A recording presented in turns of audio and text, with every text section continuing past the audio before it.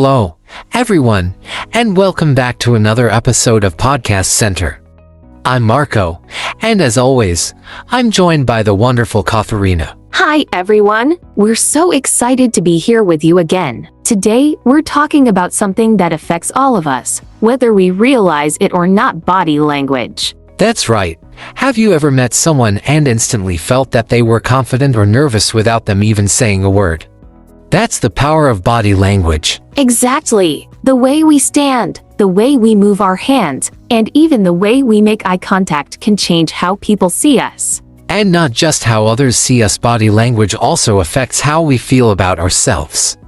Did you know that standing tall with good posture can actually make you feel more confident? That's so interesting. And the opposite is true too. If you slouch or avoid eye contact, you might start to feel less confident. So, in today's episode, we're going to explore how body language shapes our communication, what signals we send without realizing it, and how we can use it to make a great impression. Yes, and of course, we'll also talk about common body language mistakes and how to avoid them. This is going to be a fun and eye-opening discussion, so stick with us till the end.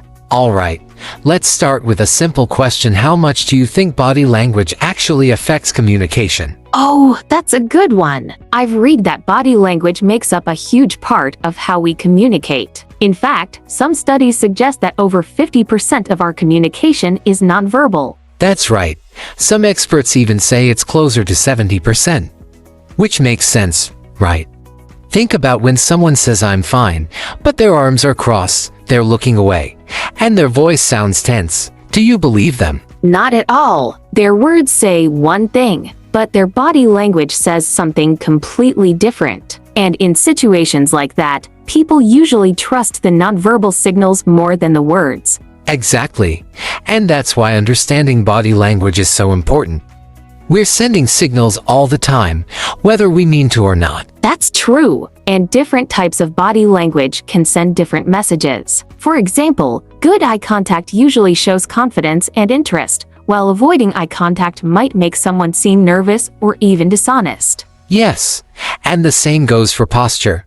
Standing up straight with your shoulders back makes you look confident, while slouching can make you seem uninterested or unsure of yourself. That's a great point. And let's talk about hand gestures too. Some people use their hands a lot when they speak. It can make them seem more engaged and expressive. But too much movement can be distracting. Exactly. Hand gestures should support what you're saying, not take away from it.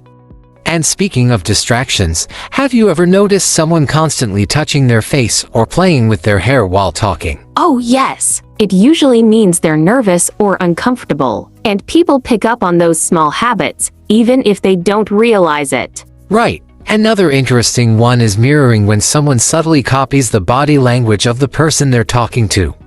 It's something we do naturally when we feel connected to someone. That's so true. If you're talking to a friend and they lean in, you might lean in too without even thinking about it. It's a sign of good rapport and engagement. And it works both ways.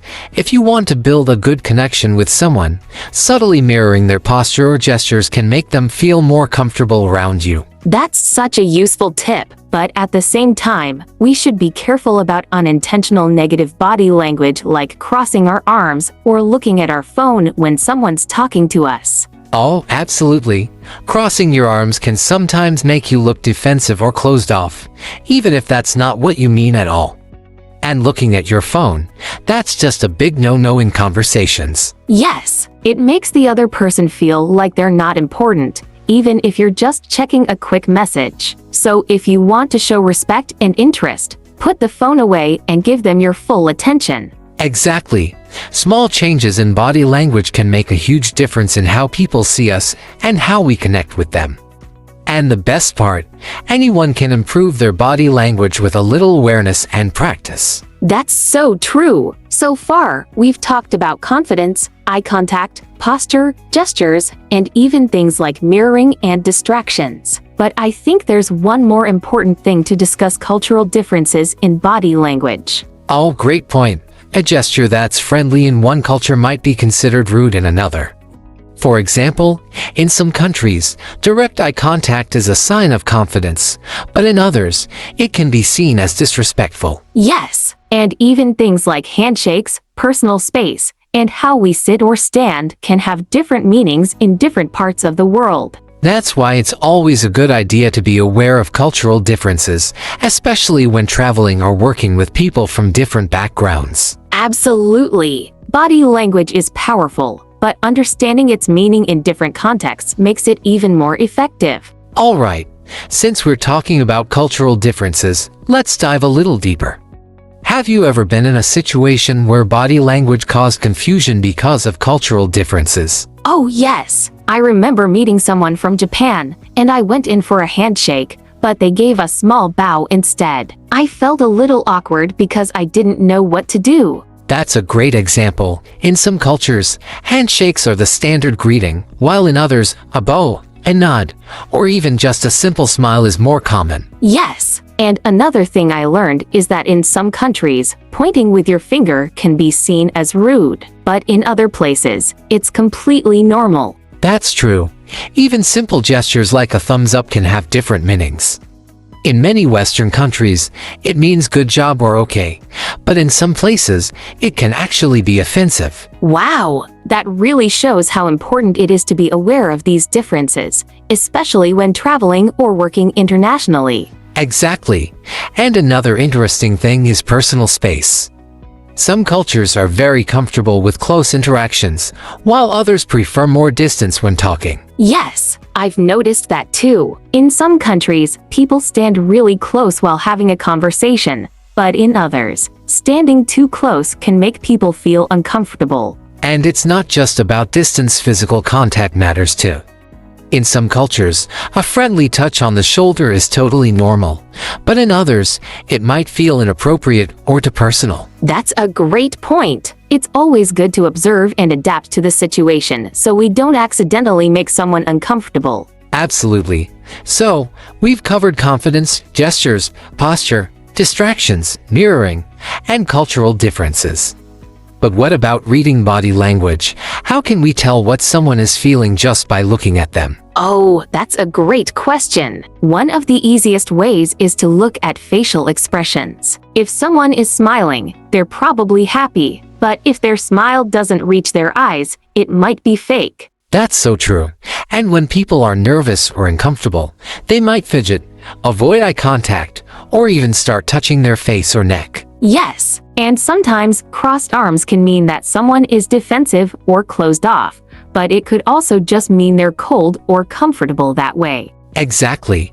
That's why it's important to look at the whole picture. Body language should always be understood in context, not just by one single movement or gesture. That's a great tip. And another thing to watch for is someone's feet. If their feet are pointing toward you, it usually means they're engaged in the conversation. But if their feet are turned away, they might be ready to leave. Well, I never thought about that.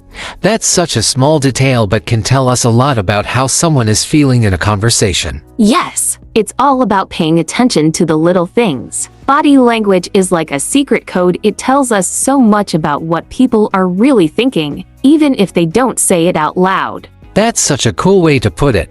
And the best part is, once we become more aware of body language, we can not only understand others better but also improve how we present ourselves. Exactly. The way we move, stand, and make eye contact can make a huge difference in how we connect with others. And the good news? Anyone can improve their body language with a little practice. So, we've talked about how body language affects communication, cultural differences, and even how to read people's expressions. But what about using body language in specific situations, like, let's say, a job interview? Oh, that's a great one. A job interview is one of the most important places where body language can make a huge difference. You want to look confident, but not too stiff, relaxed, but not careless. It's a tricky balance. Exactly. And the first impression starts the moment you walk into the room. Standing tall, making eye contact, and offering a firm but not too strong handshake can set the tone right away. Yes, And don't forget to smile. A friendly smile can make you seem approachable and confident, but it has to be natural. Forcing a smile can make you look nervous instead. That's true. And once you sit down, posture is key. Slouching can make you look unmotivated, while sitting too stiffly can seem unnatural. A good rule is to sit up straight but stay relaxed. Right. And gestures are important too. Using your hands naturally while you speak can show enthusiasm, but too much movement can be distracting. It's all about balance. Exactly. And another thing, what you do with your hands matters. If you don't know where to put them, resting them lightly on the table or in your lap works best. Avoid crossing your arms, because that can seem defensive or uninterested. Yes, and eye contact is crucial. Too little can make you seem unsure or untrustworthy, but staring too much can feel intense. The trick is to maintain natural eye contact while occasionally looking away to avoid making it awkward. That's a great tip. And speaking of confidence, one mistake people make is nodding too much. A slight nod shows you're engaged, but if you nod constantly, it can seem like you're just agreeing without thinking. Oh, I've seen that happen. It's the same with filler words like or Using them too much can make you seem unsure. That's why taking small pauses instead of rushing to answer can actually make you sound more confident. Yes, pausing before answering not only helps you gather your thoughts but also makes you appear more thoughtful and professional. It's a small thing, but it makes a big difference. Another thing that helps in interviews is mirroring, not copying exactly, but subtly matching the interviewer's tone, energy, and body language. It helps build a connection. That's a great point. If they're leaning slightly forward and speaking calmly, you can do the same. It creates a sense of harmony without even saying a word. And that's the power of body language. It can make people feel more comfortable with you and improve how they perceive you, whether it's in an interview, a presentation, or even just a casual conversation. Absolutely. And speaking of presentations, have you ever noticed how great public speakers use body language? They don't just stand still, they move with purpose, make eye contact with the audience, and use gestures to emphasize key points. Yes, and they know how to use pauses effectively too. Instead of rushing through their speech, they take their time, letting their words and body language work together to engage the audience. Exactly. So, whether it's an interview, a speech, or just a conversation, being mindful of our body language can help us communicate better and leave a lasting impression. That's so true. And now that I think about it, body language plays a big role in social situations too. For example, when meeting new people at a party or networking event. Oh, definitely. The way you present yourself can determine whether people feel comfortable approaching you. If you look closed off, arms crossed, avoiding eye contact, it might seem like you don't want to talk. Exactly. But if you keep an open posture, smile, and make eye contact, people are more likely to see you as friendly and approachable. And don't forget mirroring again. If you're talking to someone and they lean in slightly or smile, responding in a similar way can create a natural connection. Yes, it's like a subconscious way of building rapport. And the opposite is true too. If someone steps back or looks uncomfortable, that's a sign we should adjust our approach. That's such a good point. Another thing that can make a big difference is how we use our hands when talking. Using them naturally to express excitement or emphasize points makes us seem more engaging. Right, but at the same time, if someone is waving their hands too much or making exaggerated movements, it can be distracting instead of helpful. It's all about balance. The goal is to be expressive but not overwhelming. And one small detail that people don't always notice is their feet. Oh, that's interesting. What do you mean? Well, if someone's feet are pointed toward you during a conversation, it usually means they're engaged. But if their feet are pointing away, they might be looking for an excuse to leave. Wow, I've never thought about that, but it makes so much sense. So body language isn't just about the face or hands, it includes everything, even our feet. Absolutely.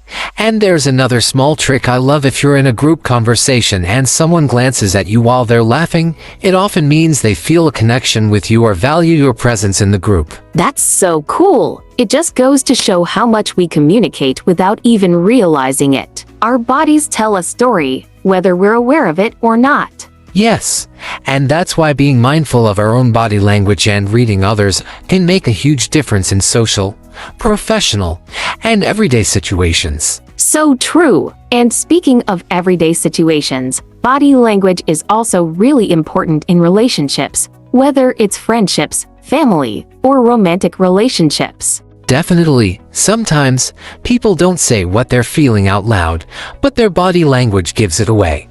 For example, if someone is upset but says I'm fine while crossing their arms and avoiding eye contact, they might not actually be fine. Exactly. And being able to pick up on those signals helps us be more empathetic and supportive. Sometimes just noticing and asking, "Are you okay?" can make a big difference. That's such a great point. And the same goes for positive emotions. When someone is really happy or excited, they often lean in, smile genuinely, and have more energy in their movements. Yes, their whole body lights up, not just their words. And I think that's the beauty of body language. It helps us connect on a deeper level, beyond just words. Well, we've covered so much today, from interviews and social settings to relationships and even small body language cues like foot positioning. It's amazing how much we communicate without saying a word. Absolutely. And the best part is, once you become aware of these things, you can start using them to your advantage. You can appear more confident, build stronger connections, and even understand people better. Yes, and remember, body language isn't just about looking good or impressing others, it's about being aware of how we present ourselves and how we connect with the world around us. That's so true. And a small tip before we wrap up: if you ever feel nervous in a situation, try adjusting your body language first. Stand tall, take deep breaths, and smile. Sometimes acting confident can actually help you feel more confident. That's a great final tip. And don't forget, body language is a skill that gets better with practice. Pay attention to how people react to you, experiment with small changes, and most importantly, be yourself. Yes, at the end of the day, authenticity matters the most. No matter what tricks or techniques you use, if you're genuine and engaged, people will notice and respond to that energy. Exactly. And with that, we're wrapping up today's episode. But before we go, we'd love to hear from you. Have you ever noticed how body language affects your interactions? Let us know in the comments. And don't forget to like, subscribe, and share this episode if you found it helpful. We'll be back with another fun and interesting topic next time. Until then, keep smiling, stay confident, and pay attention to those body language cues.